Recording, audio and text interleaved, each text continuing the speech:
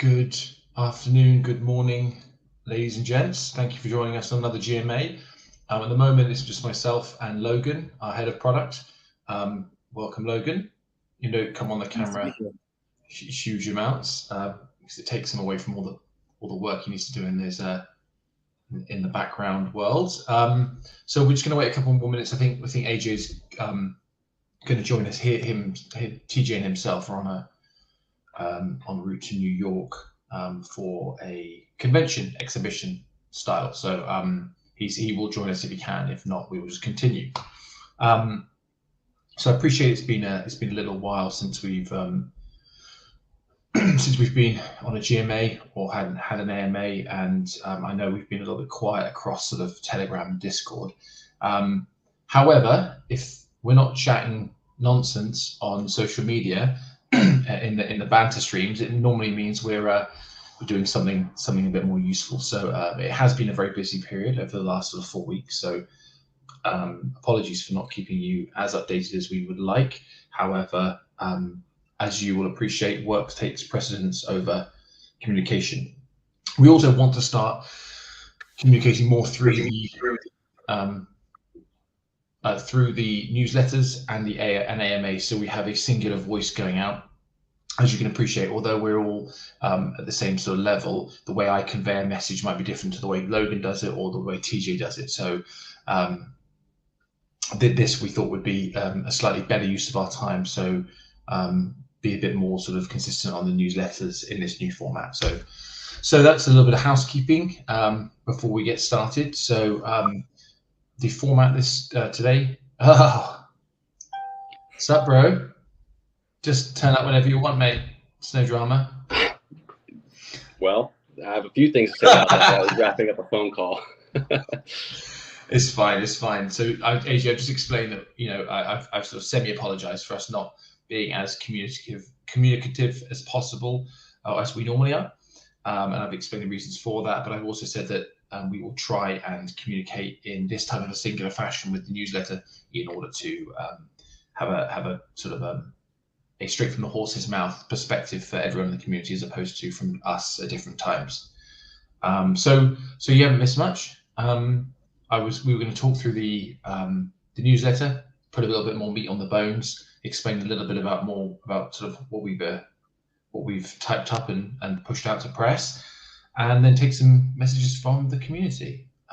So have you got any updates or anything you want to say before we get rolling? Sure. How about a little update?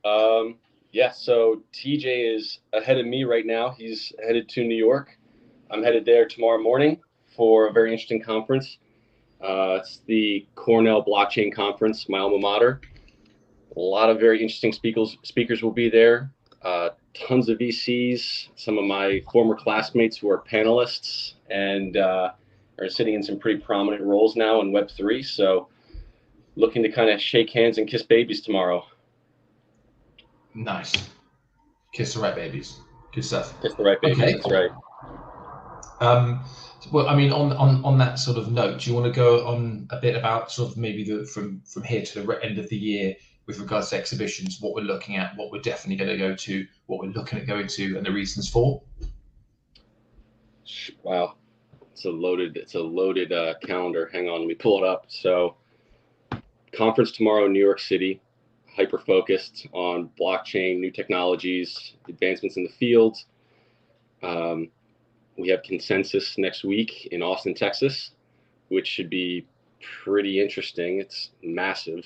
Looking at the attendee list, there is a lot of interesting projects, layer ones, VCs that are being attending. So looking forward to that. And then after that, wow, some of the things that are on our radar. Let's pull it up.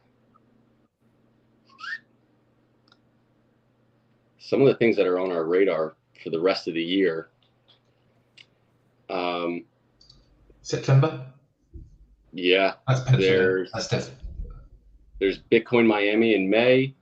There is Block 3000 Web Developers Conference. We Are Developers. It's a World Developer Conference in Berlin. There is CoinFest, which we're looking at. DAPCon, which is in Berlin, Permissionless, SmartCon by Chainlink, TechCrunch Disrupt in September.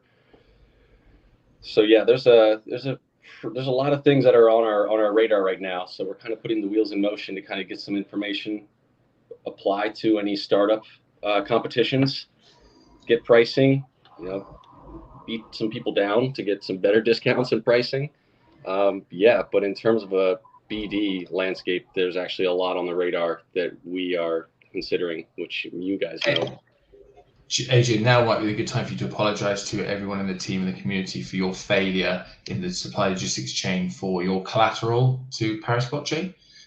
So to put some meat on the bones there, guys, we all had a specific job to buy stuff. I had the beer coolers and the beer mats everyone gave me lots of shit for.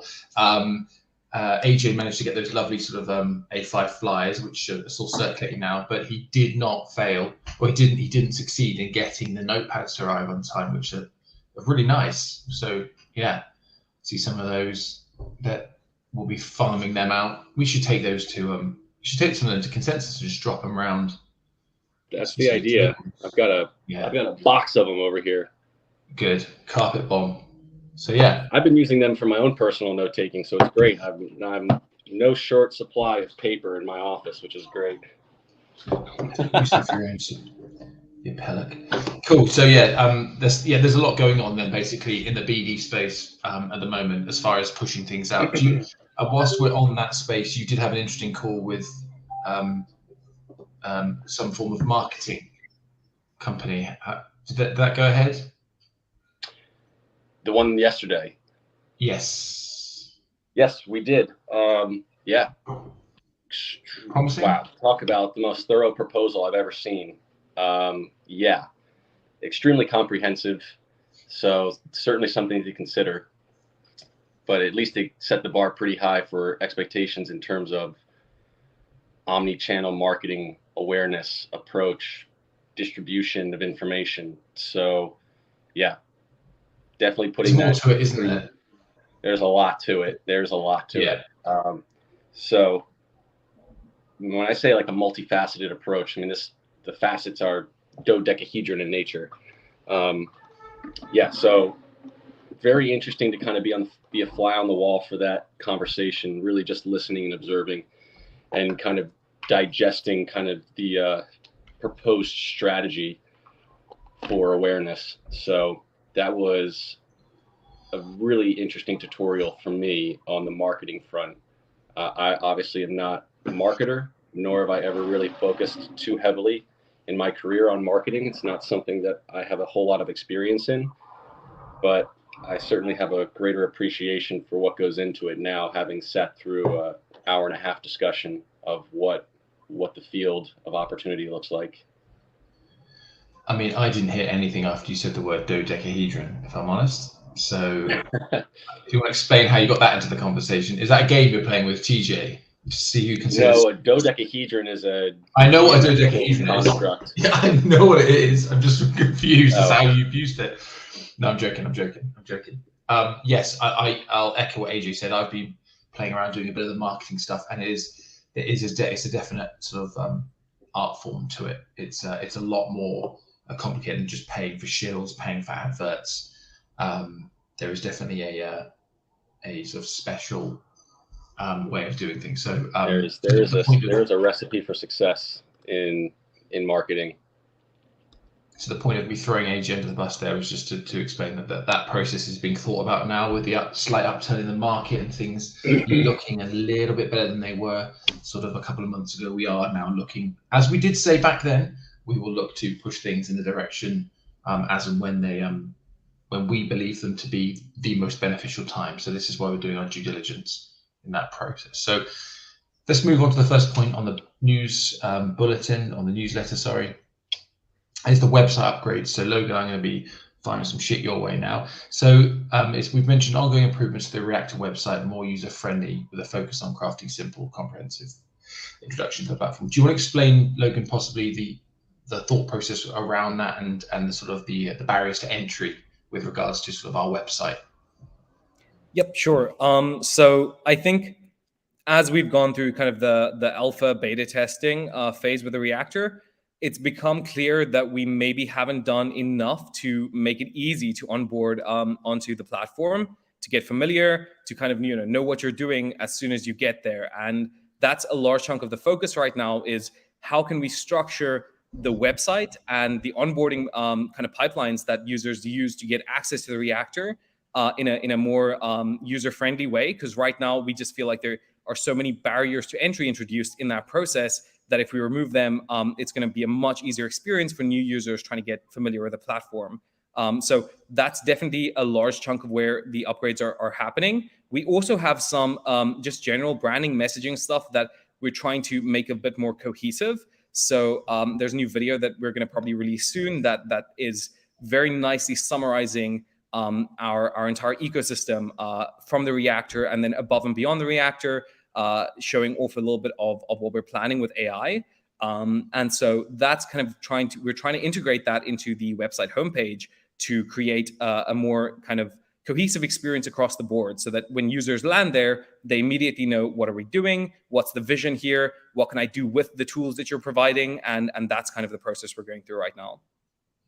And I've seen the video. It is definitely it is easier. So the principle of that update is that we are constantly reassessing all of the processes, all of what we do, and trying to sort of constantly improve. Because, as Logan said, it is an ever evolving sort of process. So yeah, and the video looks great. So when do we think we'll see that, Logan? Will it just be on the website one day? Yeah, I think it's going to pop up on the website, and we'll probably release it as a post shortly thereafter. Okay. Just keep an eye on the website. Will do. The DApp Store mockups, I mean, that leads nicely into that update with regards to sort of what that means as far as the DApp Store. We've had a few questions, people saying, like, what is it? What's the purpose of it? So, I mean, do you want to sort of go just with regards to the mockups update, sort of what that means? Sure. I think the mockups update, maybe underselling it a little bit, phrasing it like that, because what we're really doing in the process of building these mockups is creating the framework for how we want this to look. How can we translate this vision that we have into something practical that users can interact with? So I think we've done a lot of ideating. There's been so many good discussions happening around this, and we've kind of completed what we hope to be the at least MVP DApp Store mockups. And they're featured in that video we mentioned before. So if you keep an eye on the website, hopefully you will see those DApp Store mockups very soon. Nice. Thank you very much. Farms 3.0. This is not something we've really sort of verbalized too much, but it's something we've been working on a lot in the background, and the testing process for that. Obviously, that people understand the current farms as is with the LP farm and the single-side staking farm. Do you want to go into just a little bit more detail in broad brush, Logan, or do you want me to cover sort of the concept behind what Farms 3.0 will be?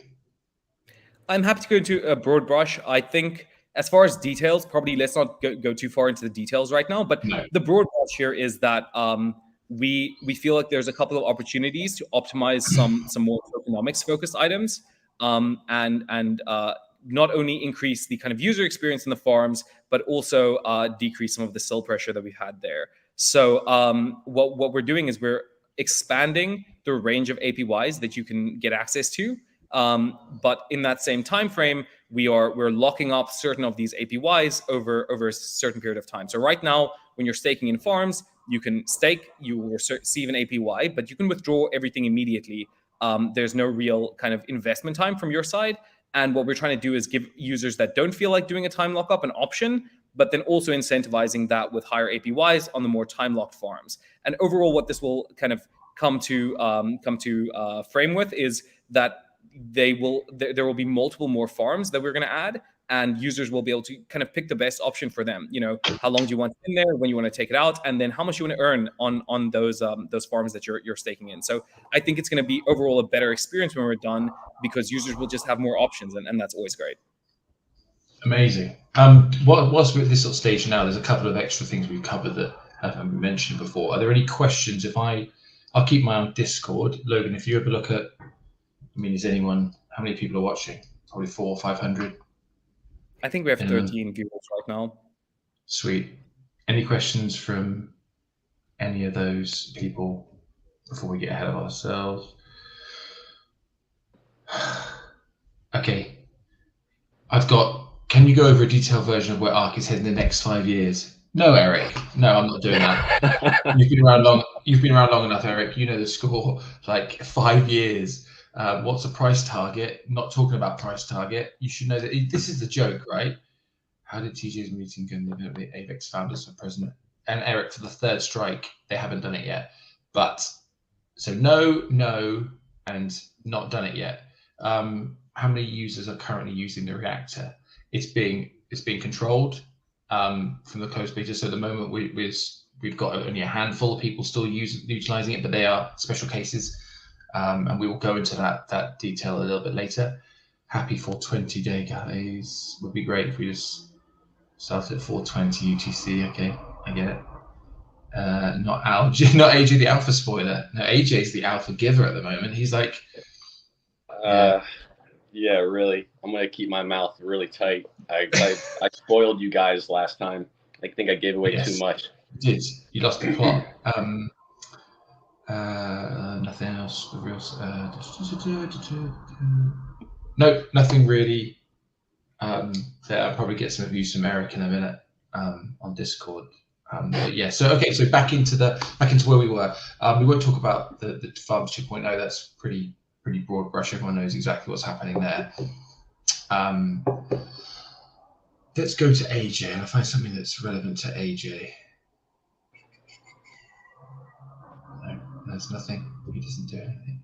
I'll go over my crypto trip to the UAE. So in short, there's a couple of people. I went to school there from '98 to 2001 when I was a knee-high. Well, I was about 15, 16. But I still keep in touch with some people who they are Emiratis, so they're locals. And one of them happens to be quite well ingrained in the crypto landscape. So went over there and had a chat with him, and he's put me in touch with some people that are based in their sort of commodity center in Dubai.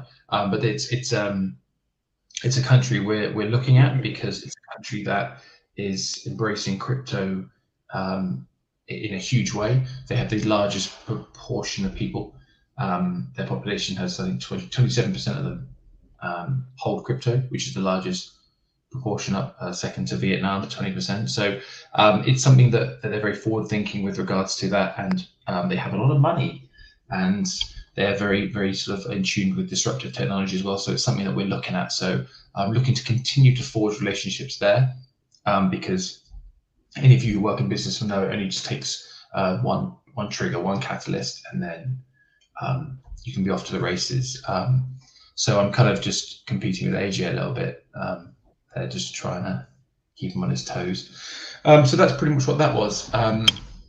In a nutshell, there may be some more developments that I can release at a slightly later date, but at the moment, that's why I was quiet for sort of 4 or 5 days back sort of last week. Houdini swap.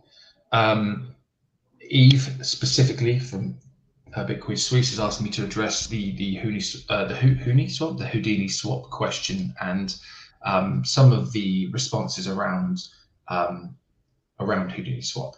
Now, I just want to point out that what we are aiming to do with our swaps and our tool as Power Roadmap is to aggregate. We want to aggregate as many usable functions into our products as humanly possible, and without making them messy and broken. So the thought process is if there are these people like Houdini Swap who do offer a specific service that is slightly unique, why wouldn't we look to aggregate that function into our swaps? We're not making you use them. It won't slow down your process in any shape, way, or form, but it is an option. For example, people have cross-chain swaps, and there are many other limit orders and other things. All those other things that we're looking at concurrently across the board, but they reached out to us actually, and so we started having a conversation. And obviously, the added benefits being that they have an exchange who bought the ARK token and listed it on their exchange, and So for us, it didn't cost us a penny. So as far as we're concerned, it's a win-win because it's extra users, another community, albeit smallish at the moment, a community that will get eyes on our token, and they're listed alphabetically on their site now. So we sit at the top. So as far as I'm concerned, it's a win-win. Specifically, Eve asked about would they be branded with a poor reputation such as Tornado Cash, and I think that's a bit unfair because I think it's a bit unfair at Tornado Cash. It's all about privacy, isn't it? If you want to move stuff around and pay a premium, then that's a service they offer. It's not a service. If I send money to Logan in my bank account, not a single other person on the planet, apart from maybe the intermediary bank account, would know that money's gone there. So I don't see it being nefarious or any dodgy in any shape, way, or form. If you don't want to use it, don't use it, but it gives you another option. And that's what we're all about, aggregating the options that are available in the space, being agnostic. We're not biased towards any specific service or solution. So yeah, that's kind of why we went with it. And we've spoken to the guys. They don't hide behind didn't hide behind synonyms. They all came up on the video call and they know what they're talking about. They are bright individuals. So yeah, we liked them, and so we thought, yeah, why not offer the service? And so that's where we are. So I'm happy to field any more questions. And actually, I've just been in touch with them about doing an AMA. So next week, if we can schedule an AMA with them, you can come on and you can grill them to your heart's content. Because I'm sure they get a lot of questions of that nature. So that's Houdini Swap. Swap offerings, we've kind of covered the expanded swap offerings that I have in my semi rant there, and the DeFi ecosystem UI UX upgrades. Logan, you are the guy behind the product and behind the sort of a bit of the technical stuff. Do you want to give an overarching understanding of where that whole DeFi suite's going? I think maybe that's a bit broad, but I'll touch on some of the stuff that we've been updating recently. So right now, as far as the UI UX stuff goes, we're trying to, really the goal is that our user experience from a kind of front end point of view, even though we have a bunch of offerings, like our swaps are super cheap, from the front end, there might be still some work to do to get it up to scratch with some other platforms. And while the last UI update was a pretty big overhaul, we still feel like there are some minor adjustments that we can keep making to just make it look sexier, make it feel better while you're using it, make it a little bit more responsive. And so that's underway right now. I don't know if I can go into too much detail on the other updates coming to swaps, but we are there is some progress underway in adding some features that we discussed for a potential swaps 2.5 that we are going to wrap in with the UI UX upgrades when we drop those. So yeah, really excited to update you guys on what's new that's coming, but I can't do that just yet.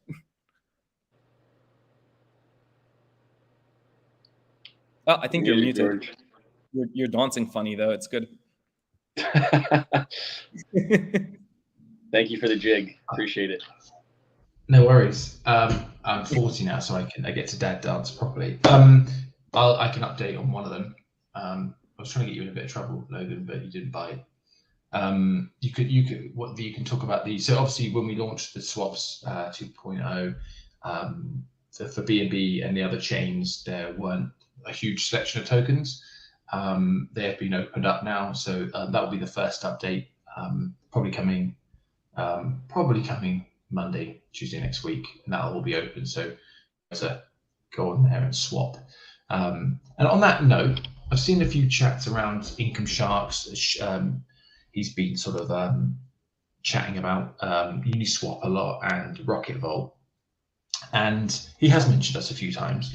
But and I've seen some of the conversations that have fallen out from that in Telegram about how our swaps, no one mentions them. I use our swaps all the time, like religiously. I honestly, it's so much quicker than Uniswap. I get better rates than Uniswap. So that's just me personally. If people are having different experiences, then fine. But in my opinion, our swaps have been better than they've ever been. They offer more than they ever have. The process is better than it has ever been, and we will keep pushing it to improve. So if there is anything specific you don't like about our swaps, ping us a message in Telegram, Discord, wherever, and tag me or Logan in it, and we'll do our best to to add that in. We know what you want to see.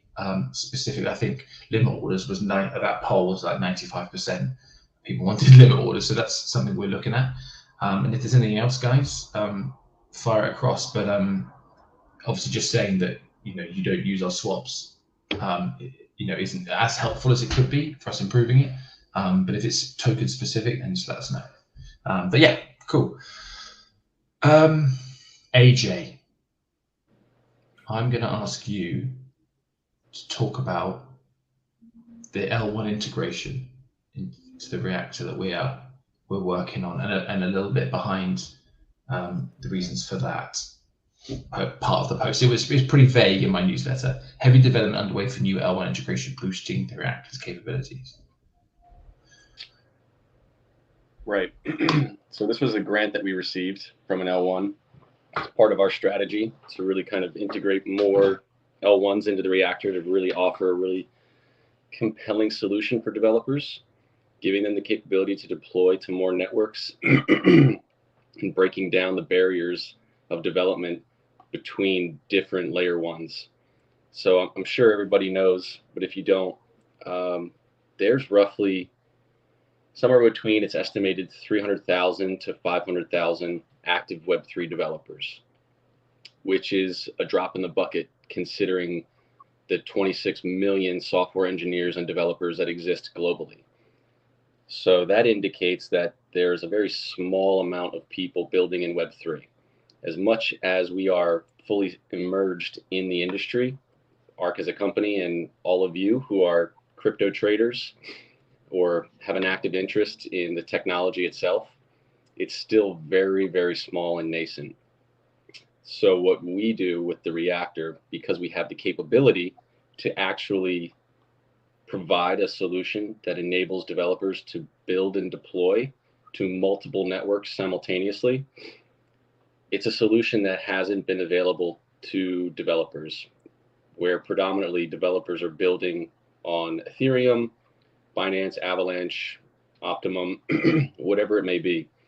Each one of those networks or blockchains, there are subtle nuances in how to develop smart contracts to deploy a product, app, service, whatever it may be, which means that developers have to know what those differences are and know the different nuances in order to build a contract appropriately. But what the reactor is really built upon and what it's capable of doing is translating and minimizing those subtle changes or nuances or differences between networks and giving developers who are predominantly used to building on one chain the ability to deploy whatever it is they're building on any chain. So one of the other capabilities that we have is integration with existing programming languages. So one of the biggest requests that we've had is outside of what we're integrating with is Rust, for example, which is an existing programming language available for Web 2, and that's what Solana is built on. So I'll give you an example. The integration with Rust will enable people who have predominantly built in that programming language the capability to now build in Rust, use Reactor, and then deploy to a Web3 environment. And the reactor is capable of one-to-one translation of that programming language into Solidity, Yule, bytecode, whatever it may be. And that opens up the existing population of developers who know that language to now become a Web3 developer, meaning they don't have to learn Solidity in order to build something and make it useful or available to a Web3 population. Extrapolate that with many other programming languages, and now we begin to expand the opportunity for ARC in terms of who can be the target audience and the customer. So that was a tangent, but I'll come back to the L1 we're integrating with. They have a huge ecosystem. They have a couple different networks. And what this means is that we're now allowing people who are predominantly used to building on other chains to deploy to this L1 very simply and easily, and giving them a tool and a solution that enables them to build in the language they're accustomed to and now deploy their product or their solution on this new chain. where they would have to learn the nuances and the differences between how they're used to building and this chain, and basically make their things that they're building available multi-platform. So this is one of our biggest strategies, is integration with different chains, which now significantly breaks down these barriers of entry to making things across different networks available, not only for the end user, but also for building out ecosystems. So that was a very academic answer, but I think that's probably what you wanted to know, I think. Me? Yeah. That's yeah, no, Logan, maybe you can provide some color on that. I mean, you probably can speak to this a little bit more effectively than I can. I'm coming at it from a business sense, but you might be able to speak more to the technicalities and the product. He's trying to pass the buck to you, Logan. He wants you to slip up. That's what he's I'm not. No, there's no place to slip up. It's more along the lines of like, what does it mean, right? Like, why is this beneficial? What's the point, right? I think what a lot of folks struggle with is like, what does the reactor do? What is it? I'm not a developer. Why is this important? And I think at its very, very baseline level, the reactor is, to put it simply, it's the Google Translate of programming languages, right? But wait, AJ, I'm just going to come up with questions I know are going to come up. ChatGPT. Yeah. So people go, yeah, but that can write code. Now Logan's got an experience where he tried to dabble in it and to process it, but I think that the part maybe that you're like, I've just literally gone through it again. I was going to show an example, but it's the ability to take one programming language and put it out in another, whether it be Python to Solidity or Python to Rust. ChatGPT and GPT cannot do that, and even if it does, it will attempt the solution, and it will be convinced of its answer being correct. It won't do it. It just won't necessarily work at all. So the reactor in itself, that's what has taken so much time for Henry to work on. It's that is the special source that allows the base concept of one language to another. And I think that the bit you maybe miss out, AJ, so I could take it because you're kind of like that, would be the Web 2 languages. Obviously, the 29 million developers in Web 2, compared to the sort of like tens of thousands in Web 3, they won't have to go and relearn an entire language. It will be a case of then being able to sort of translate from one language through the diagram code into another. Exactly. But yeah, maybe I can share my screen. Oh, this is asking for it. This is asking for it. Go for it. Go on. Let's He'll have see. a tab open.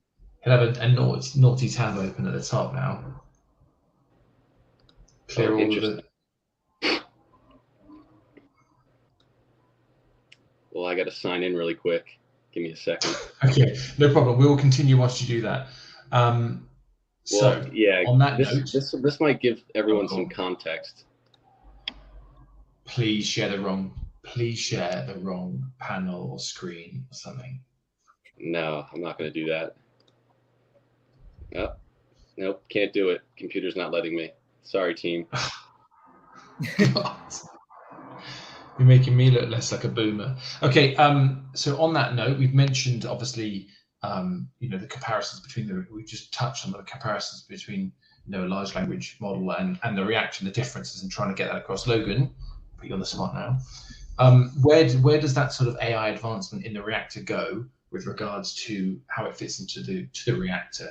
And obviously keep it broad brush, because my mental capacity won't be able to handle you going full AI on me. So just keep it in a way that the audience will get, if that's okay. Yeah, so I think this kind of got raised earlier, but what is the limitation of these large language models, and where can we help with that? So these models are trying to predict the next word that should come next in the sentence based off of a shit ton of data that they have, and in this process they kind of lose grasp on the landscape that they're working in, and the environment. Like, what is your goal isn't necessarily a defined statement there. So when we think about how AI can integrate with a reactor going forward, we're trying to see and lean into the advantages of the technology that we acquired, being Lychee. And what this allows us to do is to give an AI model a understanding of the environment and the landscape that this code is operating in.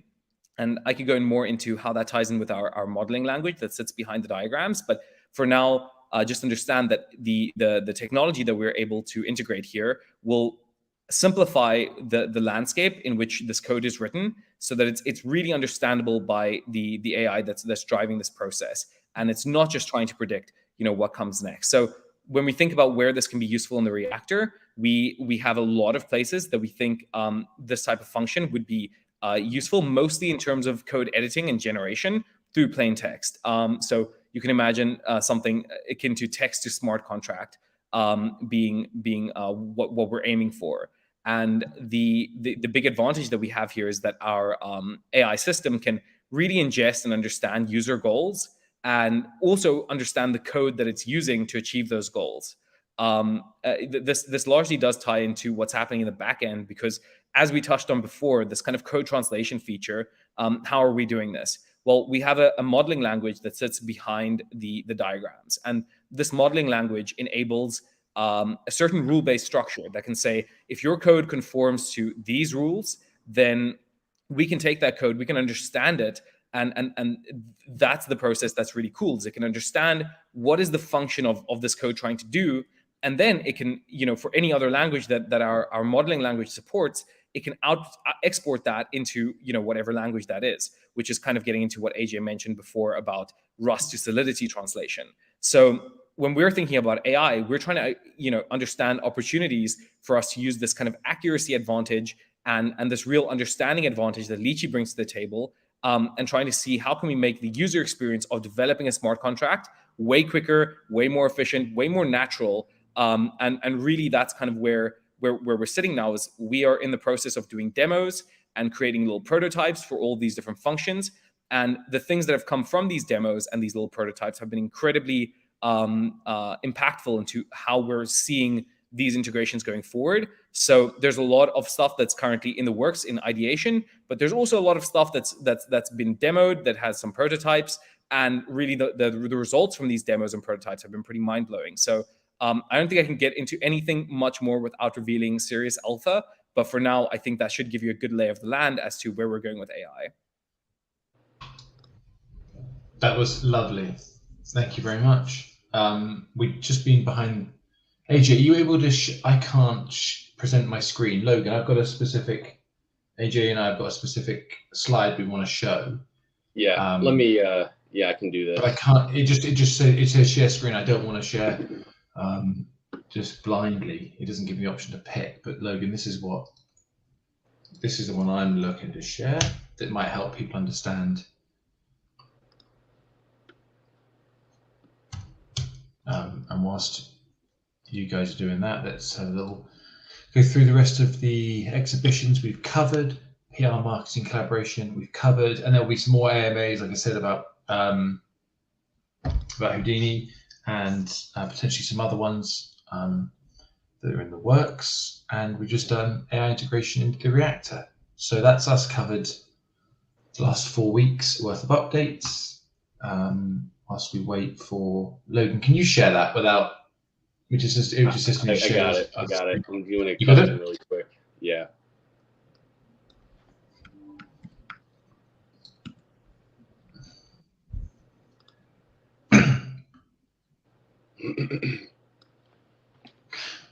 Suspense building. Yeah. Let's have a little look at Discord and Telegram.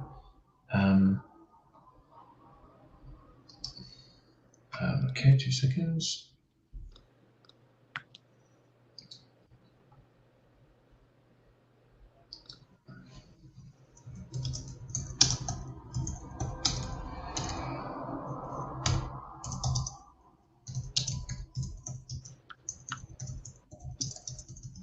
Ooh.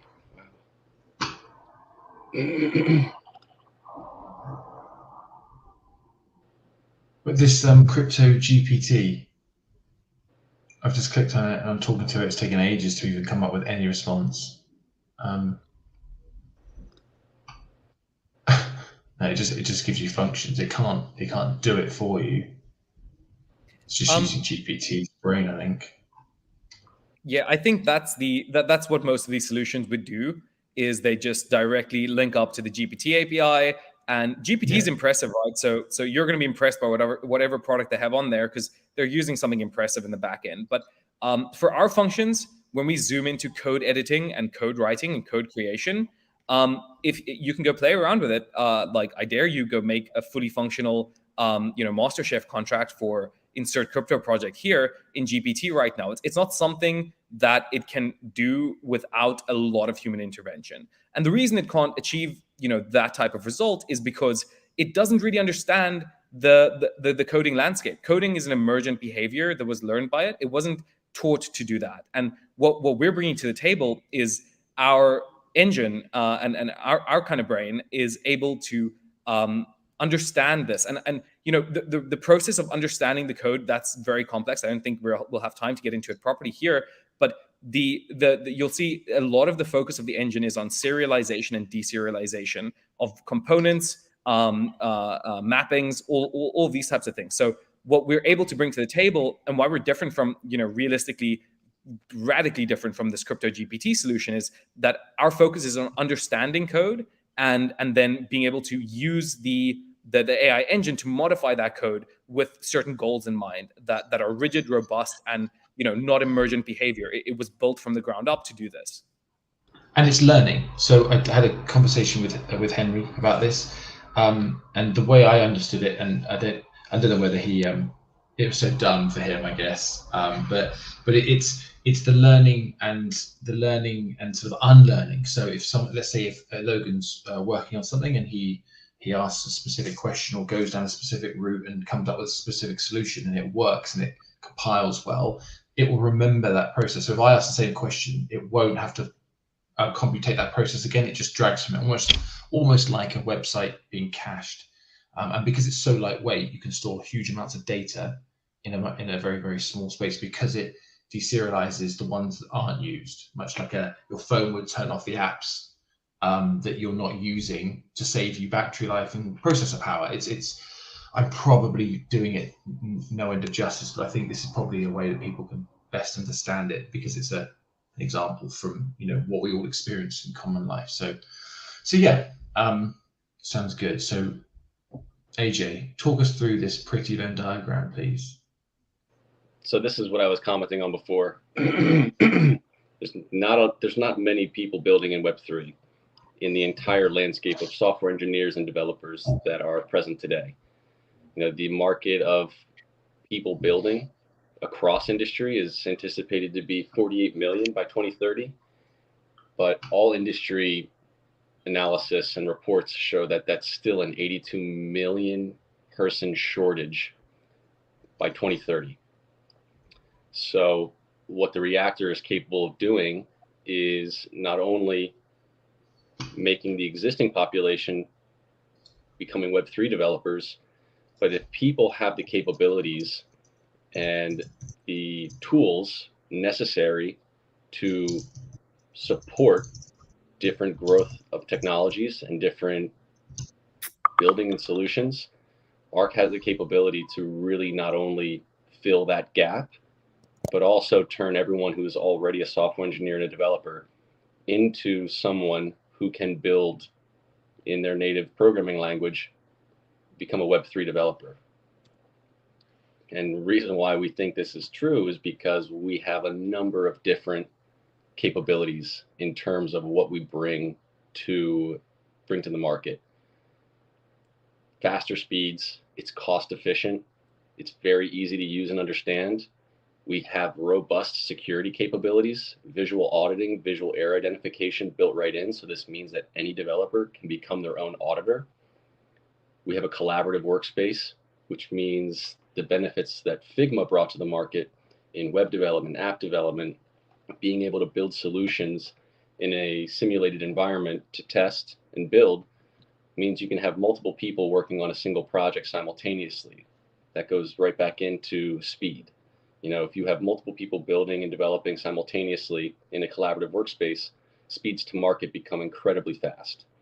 And if you have a single tool that enables people to do this, it becomes much cheaper. You don't need as many people to work on a project or as many individuals within a department to build solutions and deploy products and be able to do that much faster. And of course, with our AI, this just makes things 10 times easier, 10 times more streamlined and efficient. And our ability to support it gives us the capability. Sorry? No, you just dropped off for a second. You're back now, though. Yeah, I'm back.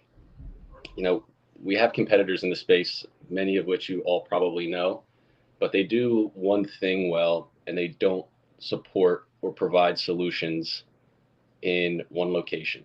So ARC has taken all the necessary steps that someone would need to build, audit, deploy, simulate, and put it into a single platform. So today, if I'm building an Open Zeppelin or Remix, I have to now hop to Hardhat to compile the contract. And then I have to go to another program to deploy it to a specific chain. I have to use a third party to audit my contract to make sure it's secure. You know, people want to see that contracts are audited. They want to know that it's safe to interact with. They want to know all of these things, and it requires different steps. So each step is a friction point. And what ARC has done has eradicated these friction points, making it very seamless and very streamlined to go from idea to deployment, all within one solution. And our ability to support different programming languages makes this all the more attractive to any developer, any business, any enterprise, any ecosystem that wants to attract and build new solutions or new people, basically breaking down the three biggest barriers to entry: speed to market, costs of development, and essentially reducing risks and security exploits. There's one thing you've forgotten. Capable within the reactor. There's one thing you've forgotten, AJ. Hit me. Soon. It looks good. It's an aesthetic place to be in. We had a couple of people at Paris come up to us and they were just like, it's very sexy. And I think that's something you forget, is that why do people like Apple? I'm sorry for all you Apple users out there, it's not as good as Android. It's just not as good. You can't customize it anywhere near as much. You can't do as much stuff with it, but people buy into the ecosystem because it looks good. It's a sexy UI. And we had a fair few comments. People mentioned that, and it's not something I'd ever paid a huge amount of credit to or thought, but it is a good looking platform in comparison to, if you've been on Microsoft VS Code, it's just like, it's like when I was growing up. Like it's nowhere near as nice. So I think that's something that's worth mentioning. Do you have any? I just wanted to highlight there as well that, you know, from an average user perspective, you look at it and you can see a really elegant development solution. But if you're a developer and you look at these diagrams, you're not seeing, you know, the same thing as all the users, where it's just like random stuff on there. You are seeing an articulated, very nicely laid out, simplified, you know, version of what would otherwise be a lot of lines of code that are not easily human readable, right? So for them, as they look at this, it simplifies radically so the amount of time that they would need to understand the contracts that they're working on. Because we had a lot of feedback during the beta phase where people told us that the majority of their time is not spent on development. It is spent on understanding these complex contracts, reading them line by line. And when developers look at this UI, it's such an instant process where it's just like, oh, okay, so that's where things are going. That's how it makes sense. And this kind of self-capsulated, you know, auditing process that they can go through, where they just, you know, glimpse at this and they understand a lot more than what they would spending the same amount of time reading lines and lines of code. I don't think that's something to undersell. I think that's a massive advantage where developers love seeing code represented like this, and it makes it their entire job a lot easier, and they can focus on building the contract, not just spending hours and hours trying to understand it. Couldn't agree more. Yes, I think that's a good point to mention, Logan. Guys, do we have any questions on Logan? Have you got any on YouTube? I've got nothing on Telegram. I imagine a lot of people will listen to this. He thinks in the recording, and I've got nothing more on. There's only a couple in GMA questions. So, have we missed anything out, guys, over the last few weeks? I can't think of anything. Yep, nothing from my Cool. side. Well, in that case, we will we'll wrap this one up. So we hope you enjoyed it, guys. There's a lot of information there, like you said, in the newsletter highlights all the points we've mentioned, and obviously AJ's been a bit cheeky and slid out a couple of slides there for you. But hopefully that paints a bigger picture, a much better picture of what we're doing and what we're aiming to achieve. So it leaves me to say, AJ, thank you very much for turning up, albeit late. That's a fine. Logan, thanks for coming on. It's really good to have sort of some form of additional technological expertise. Obviously, AJ and I are pretty good at that, but not quite at your level. And thank you for anyone who listened and anyone who listens in the future. We hope to sort of keep being as transparent as we can with our processes, and we look forward to speaking to you guys in the future. AJ, we'll sign off, and then Logan, and then we'll just... Oh, look at that. Right, see you later. Bye. See you guys. Thanks. Bye.